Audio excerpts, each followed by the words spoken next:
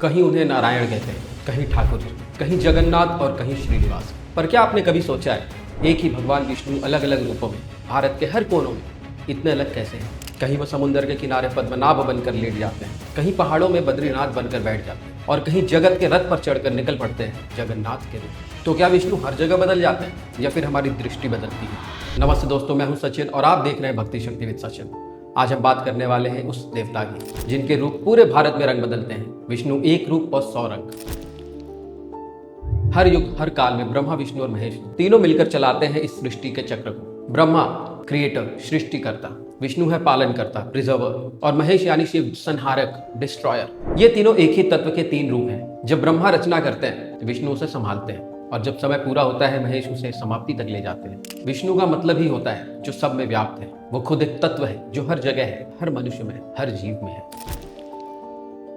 विष्णु के बारे में कहा गया है, जब जब धर्म कमजोर पड़ता है तब तब वो पृथ्वी पर आ जाते हैं। ये उनका प्रॉमिस है, यदा यदा ही धर्मस्य ग्लानिर्भवति भारत। वो आते हैं बैलेंस बनाए रखने, कभी राम बनकर, कभी कृष्ण बनकर, कभी वेंकटेश्वरा, कभी जगन्नाथ। हर युग हर प्रदेश में उनका एक नया रंग, एक नई लीला देखने को मिलती है। पर भारत के अलग अलग रीजन्स में विष्णु के ये रूप और उनकी भक्ति इतनी अलग क्यों है? चलिए इस जर्नी पर चलते हैं, उत्तर से दक्षिण तक, पूर्व से पश्चिम तक, जहां हर मंदिर एक कहानी कहता है। उत्तर भारत में विष्णु के 2 सबसे बड़े रूप, राम और कृष्ण। अयोध्या का राम मर्यादा पुरुषोत्तम है, द आइडियल बिंग, और मथुरा का कृष्ण लीला पुरुषोत्तम, द प्लेफुल डिवाइन। राम के रूप में विष्णु ने सिखाया नियम और मर्यादा, डिसिप्लिन और राइचसनेस। उनका जीवन एक आदर्श, एक आइडियल बना हर भारतीय के लिए। इसलिए आज भी जब कोई न्याय की बात करता है तो कहता है राम राज्य चाहिए। कृष्णा के रूप में विष्णु और भी ज्यादा ह्यूमन और चार्मिंग बन जाते हैं। उनका बचपन मक्खन चोर, उनकी जवानी गीता का ज्ञानी। उन्होंने सिखाया कि जीवन सिर्फ धर्म का पाठ नहीं, एक आनंद की यात्रा भी है। और द्वारका कृष्ण का नगर, जहाँ समंदर उनके चरणों को छूता है, वहाँ विष्णु जगत के राजा के रूप में विराजमान है, द्वारकाधीश के रूप। अगर उत्तर भारत विष्णु की लीला का नगर है तो दक्षिण भारत उनके वैकुंठ का द्वार है। यहाँ विष्णु के मंदिर, उनके नाम और उनके रूप और भी गहरे हैं। तिरुपति बालाजी, जहाँ विष्णु वेंकटेश्वरा के रूप में विराजमान है। कहते हैं जब कलयुग शुरू हुआ तब विष्णु ने पृथ्वी पर रहने का वादा किया, और वही तिरुमला में आज भी अपने भक्तों के साथ। श्रीरंगम में उनका रूप रंगनाथ स्वामी के नाम से जाना जाता है। यहाँ विष्णु शेषनाग पर शयन कर रहे हैं, लक्ष्मी जी उनके चरणों में है। ये भारत का सबसे बड़ा विष्णु मंदिर है, जहाँ भक्ति और शास्त्र दोनों का मिलन होता है। और फिर तिरुवनंतपुरम के पद्मनाभ स्वामी, जहाँ विष्णु समुद्र के ऊपर लेटकर अपने अंदर से ब्रह्मा को जन्म देते हैं। यहाँ से निकलती है सृष्टि की कहानी।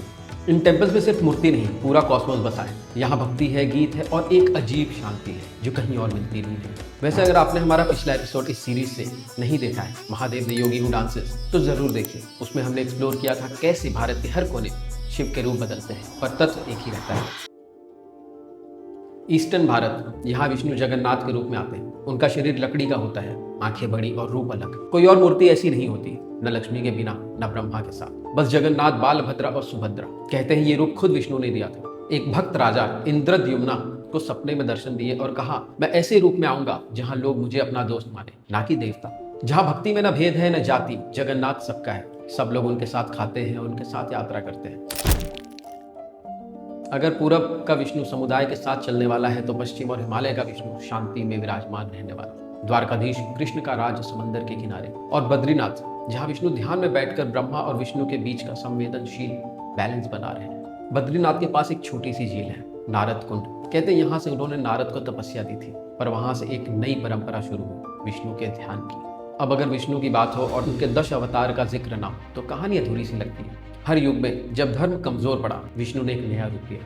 मछली बनकर समुद्र से वेदों को बचाया, कुर्म बनकर समुद्र मंथन में सहारा दिया, वराह बनकर पृथ्वी को उठाया, नरसिम्हा बनकर हिरण्यकश्यप को मारा, वामन बनकर बलि राजा से धरती वापस ली, परशुराम बनकर अधर्मियों से पृथ्वी साफ की, राम बनकर मर्यादा सिखाई, कृष्ण बनकर प्रेम और कर्म समझाया, बुद्ध बनकर दया और अहिंसा का पाठ दिया, और कल की जो अभी आने वाला है जब कलयुग अपने अंत पे होगा।